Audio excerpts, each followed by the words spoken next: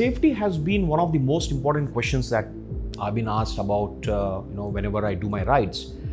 One thing, guys, get that fear out of your mind. I think it's all mind over matters.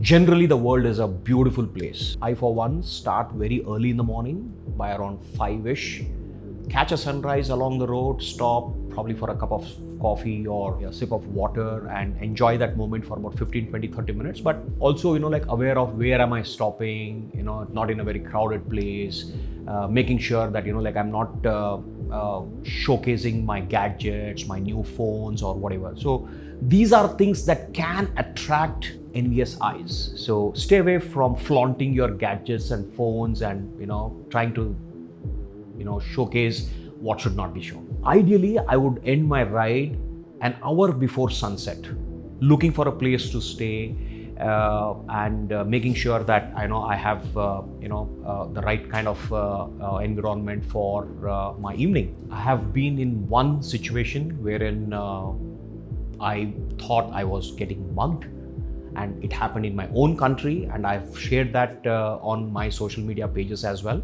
And I believe that, it is just a one-off instance. I mean, in 30 years, if I've come across, it's basically unemployment due to the recent COVID pandemic times. And when I park my motorcycle, I would look at my surrounding and have an exit path in mind.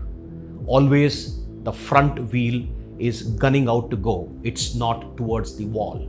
It is reverse parked. All I have to do is get on the motorcycle, switch it on, and I'm off. That's exactly what happened when I thought I was in a sticky situation. But other than that, generally, there are a lot of people who warned us when we travel to the LATAM countries, through the South American countries. Be careful here, be careful there, you're gonna get mugged here. No, nothing of that sort happens. But never let your guard down. You need to be very, very sensitive to your surroundings and make sure that smile. It helps a lot.